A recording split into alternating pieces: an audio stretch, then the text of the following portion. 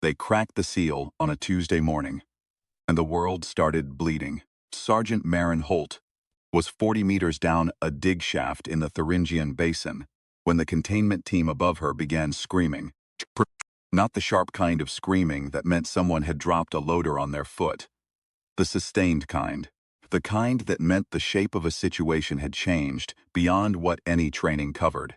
She climbed. She climbed fast, hand over hand up the ladder rungs with the drill dust still in her teeth, and when she came out into the flat gray September light, she stood very still for approximately 2 seconds and looked at what the excavation had produced.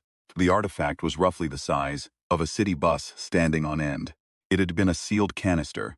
That much was clear from the sheared containment bands still hanging off its lower quarter. But whatever had been compressed inside it had let go all at once, and the result was a column of small objects spinning in the air at about the height of a moderate office building. They were coin-shaped. They were not coins. They caught the light in colors that didn't correspond to any alloy Holt had clearance to know about, and they moved through the air with a kind of lazy deliberateness, like they were breathing. "Get back," she said, and nobody argued. The column of objects held for maybe 8 seconds, and then it came apart. And the coins and fells, not down but outward, spreading in every direction at once, and the land around the excavation and site did something Marin Holt had no word for. It lurched.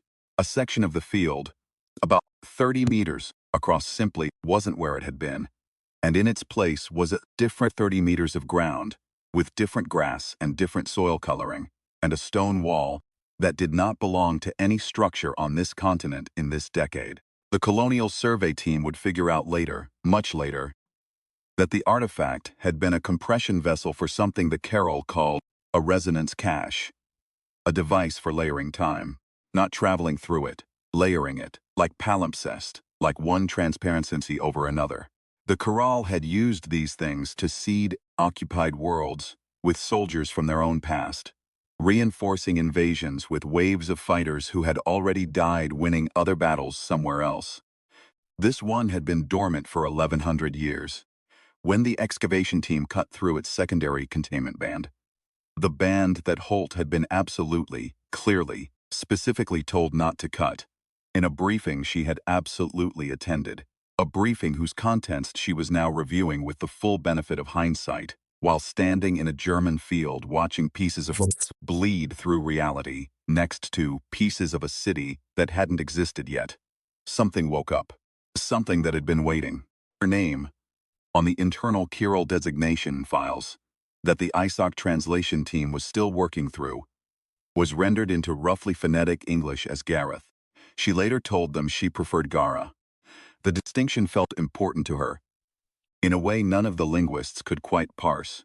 She was old in a way that was hard to look at directly, not because of physical age but because of the kind of stillness she carried. The stillness of a thing that had been patient for a very long time, and was now, finally, not patient anymore. She stood on the air above the Thuringian field and looked down at the survey team with an expression that the recovered drone footage would later be described, by the analyst who wrote the report, as professional. She said something in a language that predated every language anyone on the surface of that field spoke. The translation software caught about 40% of it. 40% it caught said, roughly, "The scale is broken, the count is complete, and I am going to fix what was never finished." Holt didn't understand any of that. She understood was that a being of indeterminate power had just materialized in the sky over a survey site that was, up until this morning, a routine recovery operation, and that the being was looking at her team the way a person looks at something that has served its purpose and is now simply in the way. "Okay," Holt said. "Okay." She keyed her radio and called it in. The phenomenon spread within 6 hours. ESOC had 300 years of alien contact doctrine, and exactly none of it had prepared anyone for the specific problem of temporal displacement terrain.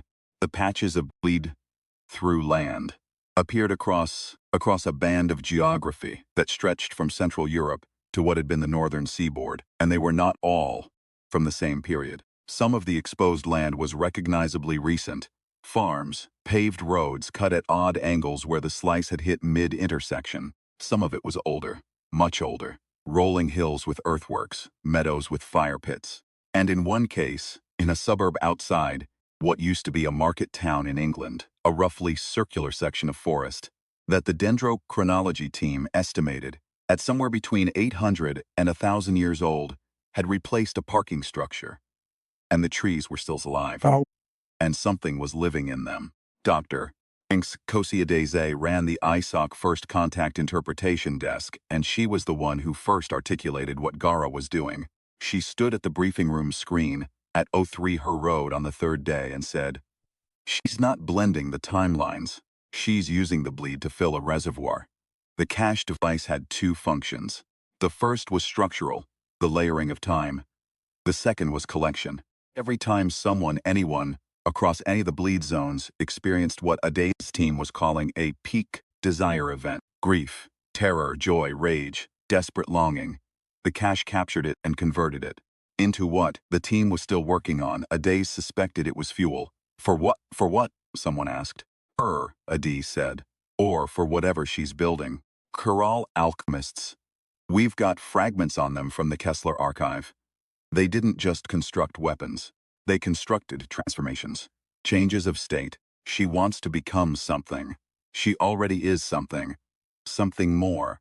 That was the part Holt kept coming back to in the long cold hours of the mobilization. Not the power display. Not the terrain displacement, the wanting more. There was something almost familiar about it, and she couldn't decide if that was a comfort or a warning. She found the kid on the second day, before any of this had been properly classified. A section of a residential neighborhood in the bleed zone had been deposited somewhere that wasn't on any survey map.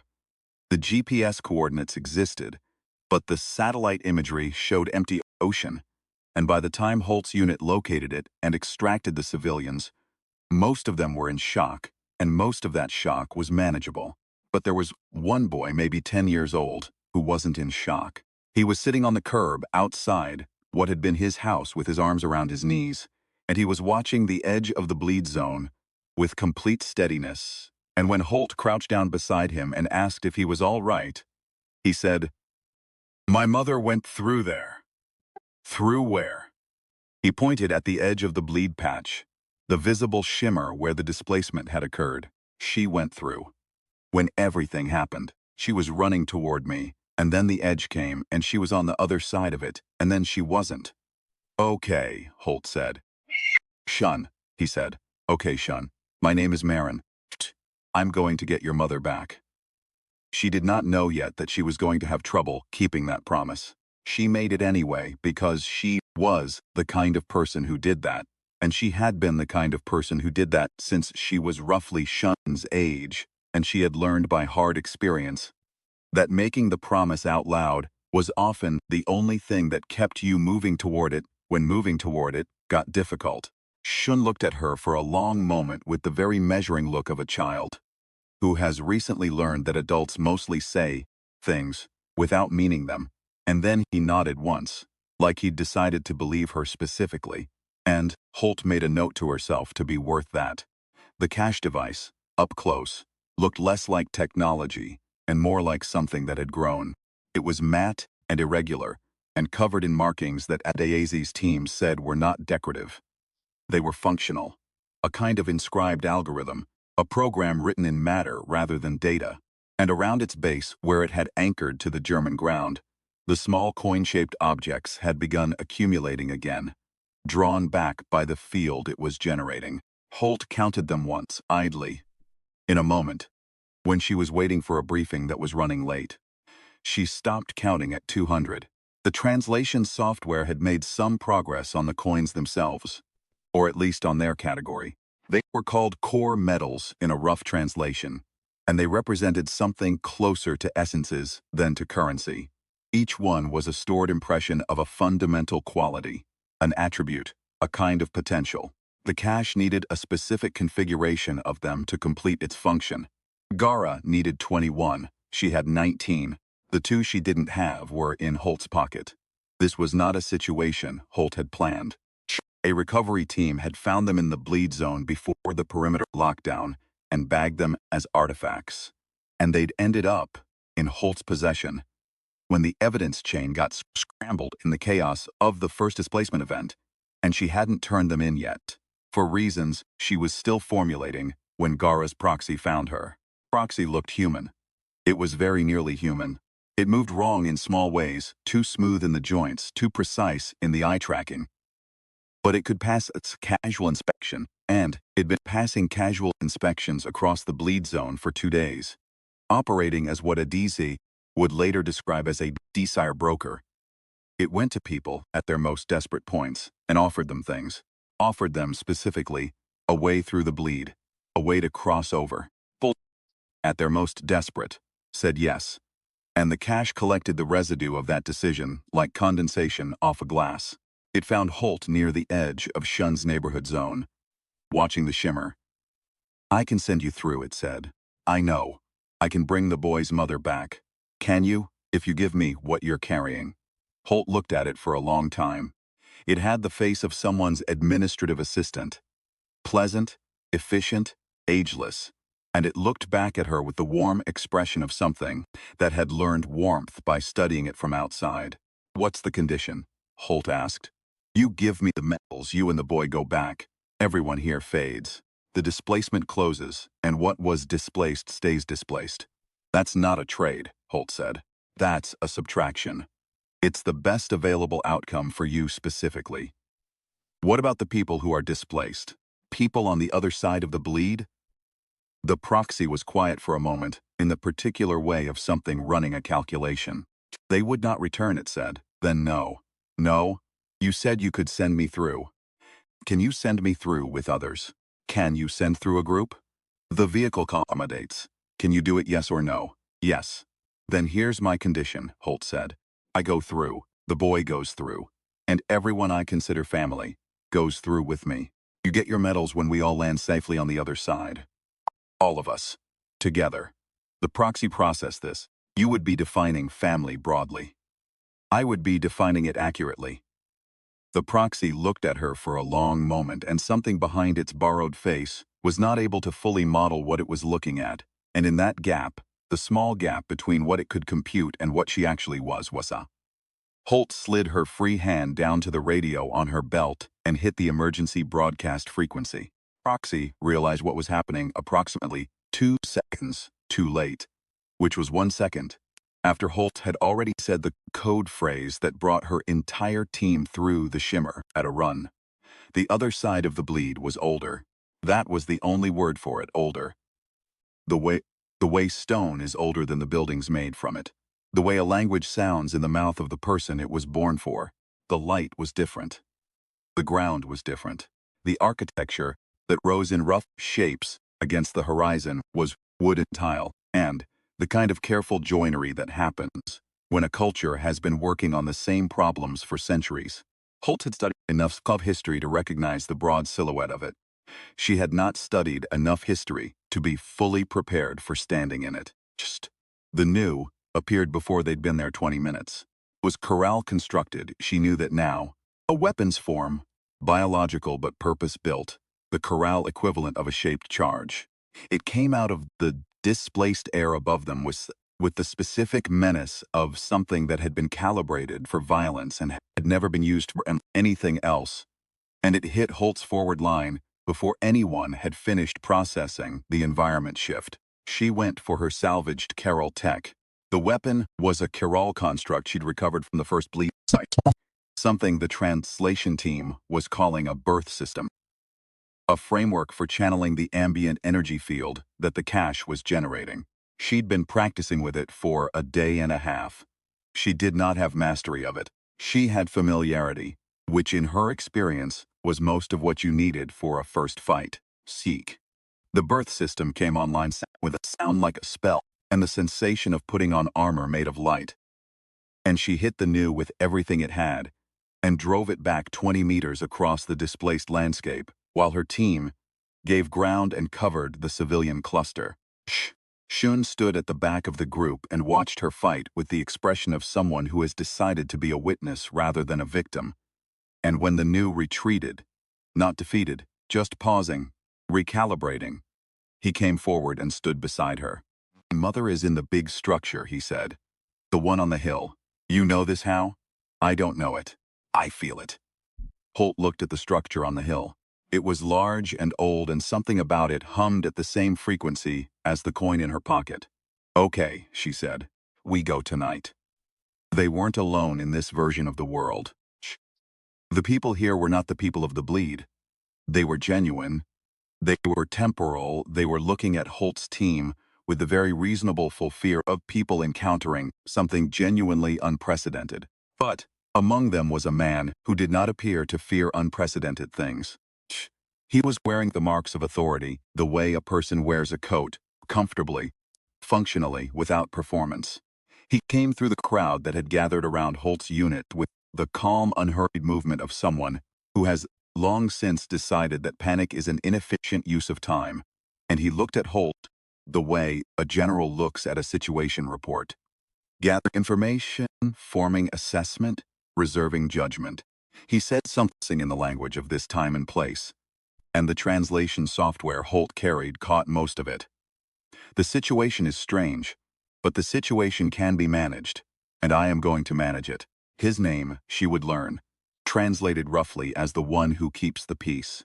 He had been keeping it for a long time, across territory and across variance, and he had been keeping it in the specific way of someone who understood that the peace was not a thing that existed naturally, but a thing that required constant maintenance, like a garden, like a ship, gestures, and the rough patchwork of what the translation software could handle. They arrived at an understanding. He knew about the structure on the hill. He had known about it for years, in the way that people who watch carefully tend not to know about the things others have decided not to look at. He said, "There are objects in the Tokugawa vaults that were placed there by something that came before us.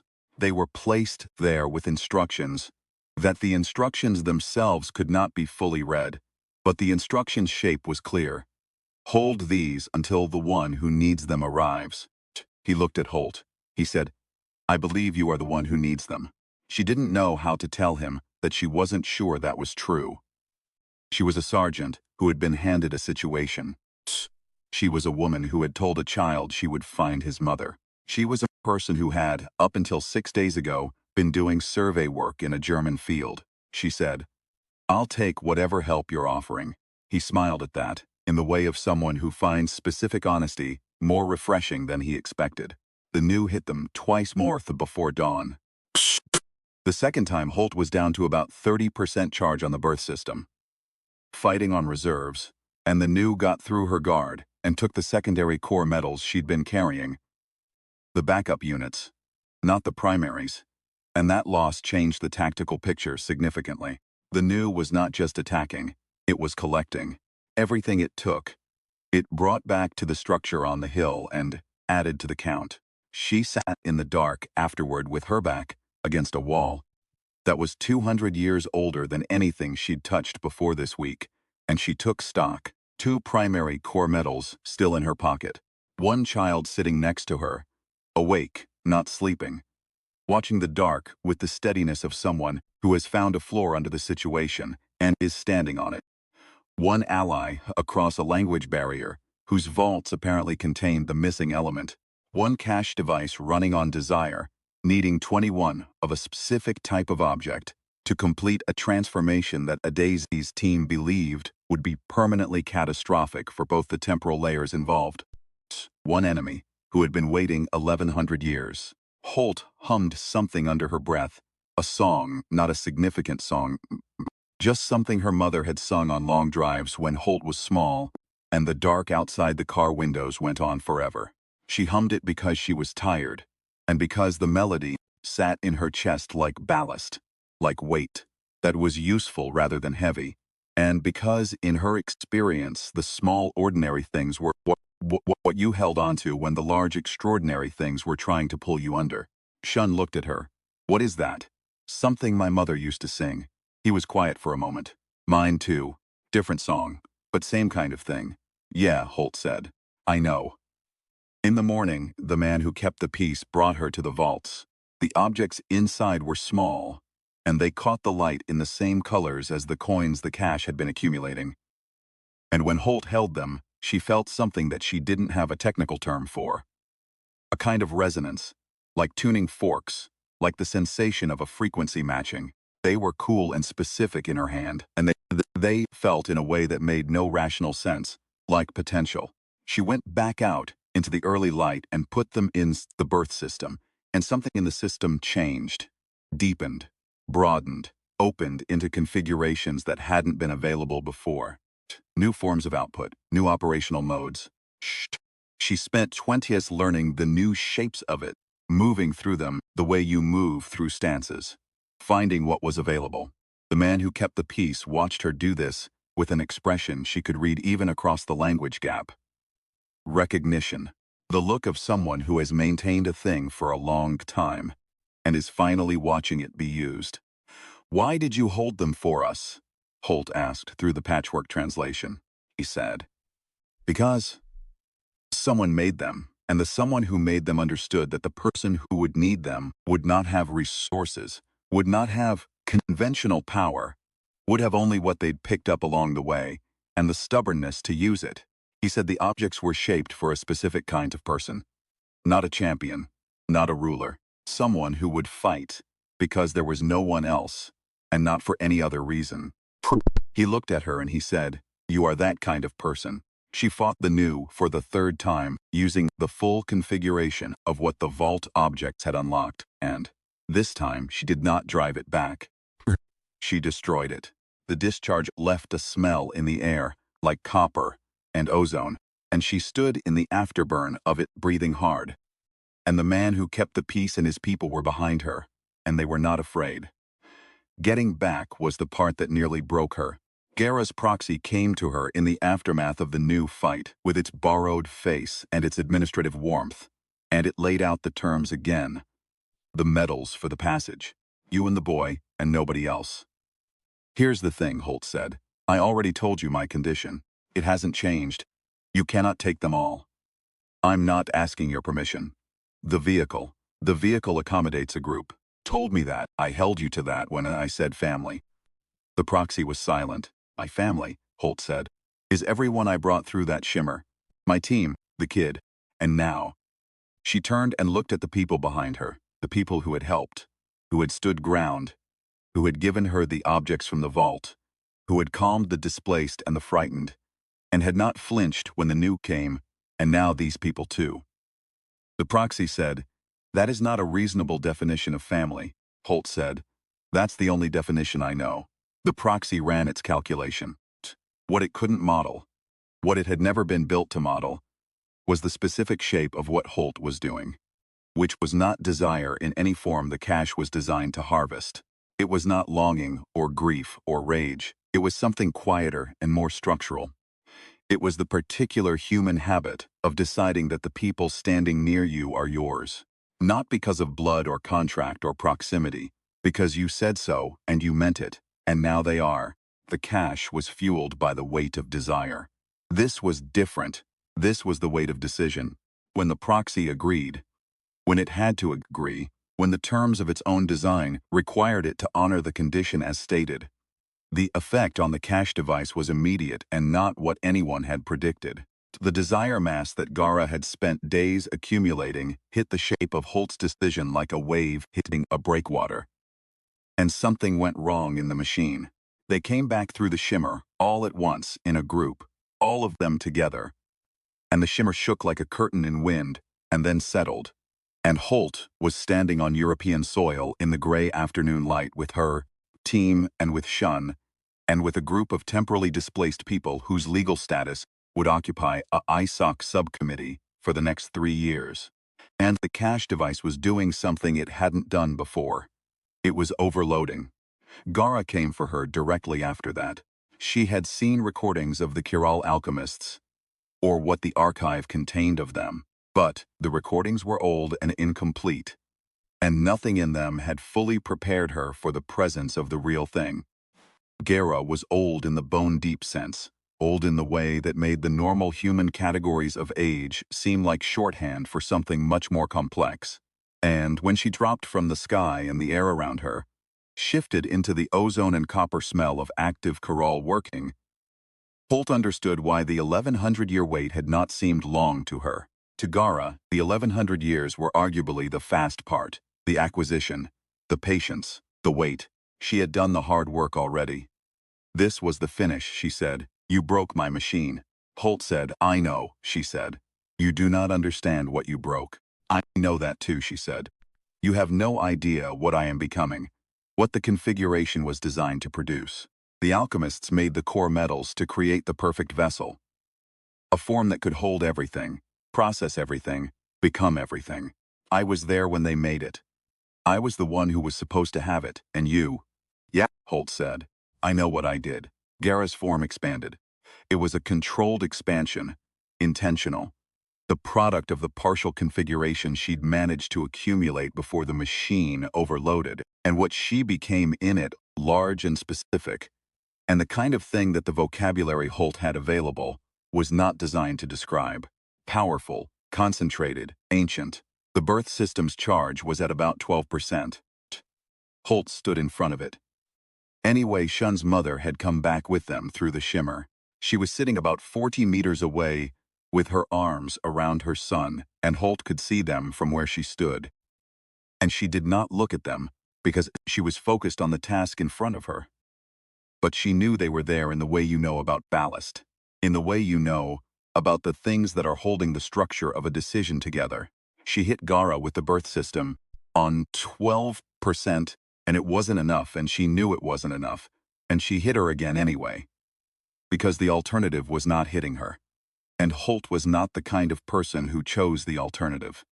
Gara hit her back.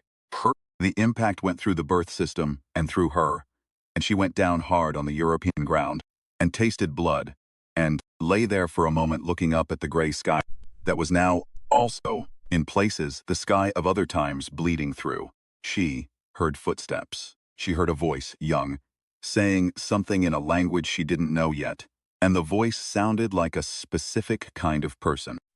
Someone who had not been here, had been not any part of this, had arrived from somewhere else entirely, and had looked at the situation and arrived at an immediate and instinctive assessment. The assessment was, that person on the ground is in trouble. I am going to help them. The person who arrived was wearing something Holt would later describe, inadequately, as armor that felt like it had come from the future.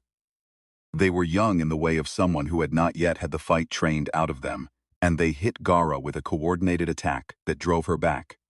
And they pulled Holt to her feet with one hand and said something that the translation software rendered as, "Are you all right, friend? I don't know your name," Holt said.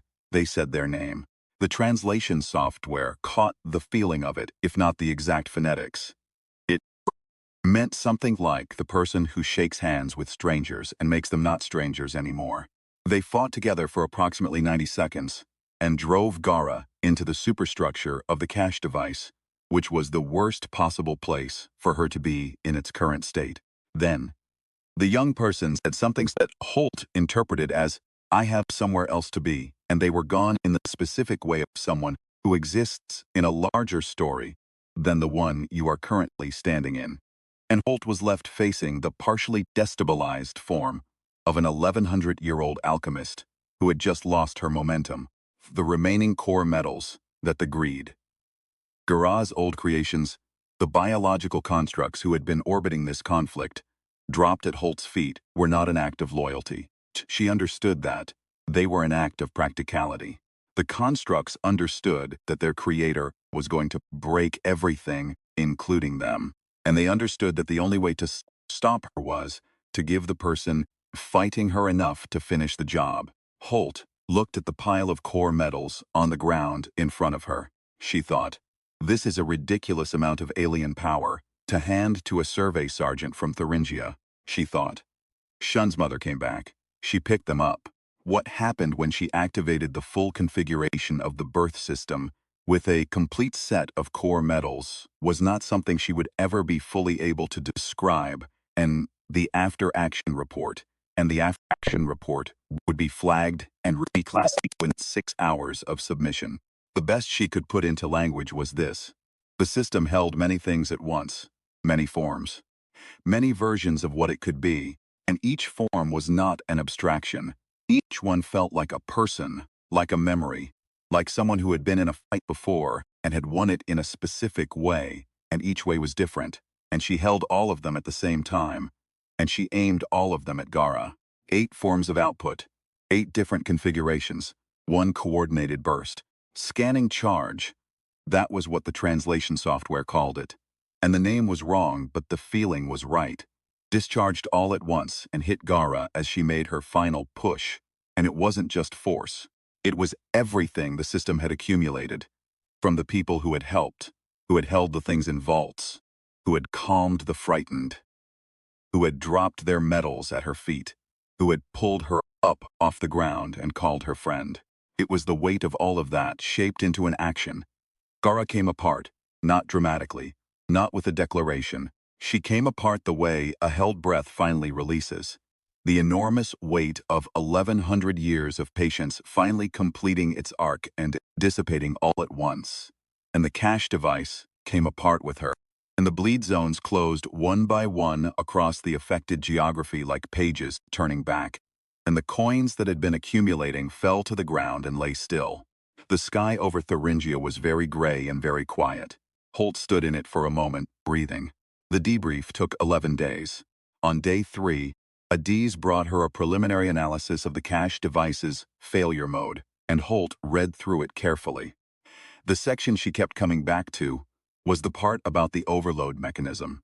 The cache had been designed to harvest desire, specifically the kind of desire that came from want, from longing, from the gap between what a person had and what they needed.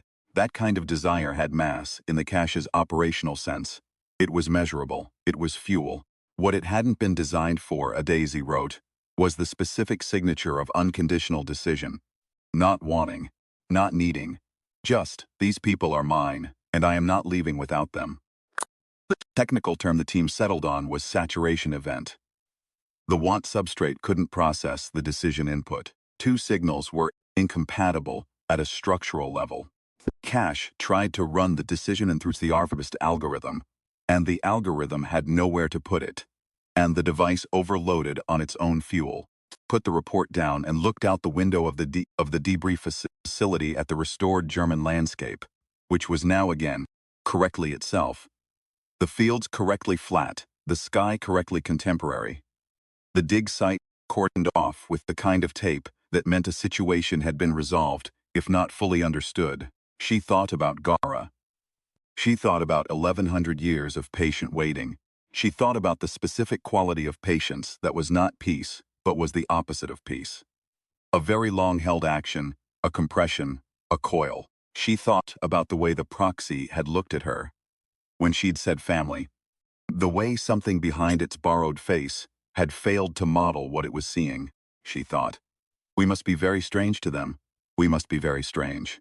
On day 11, Shun came to find her, with his mother beside him. He stood in front of her with his arms at his sides and his measuring look, and he said, "You kept your promise." "I did. You didn't have to." "I know." He nodded once. It was the same nod as the first one. The one that had meant, "I've decided to believe you specifically." This one meant, "You were worth it." His mother took Holt's hand and held it for a moment, and said something that the translation software didn't catch. But Holt understood it. The way you understand some things without language. The way you understand music you've never heard before, that still lands somewhere. She walked back to her quarters afterward, with the sound of that in her chest, alongside the old song her mother had sung, alongside the weight of the decision that had broken the machine, and she thought, we must be very strange to them. She thought, good. She thought, let's stay that way.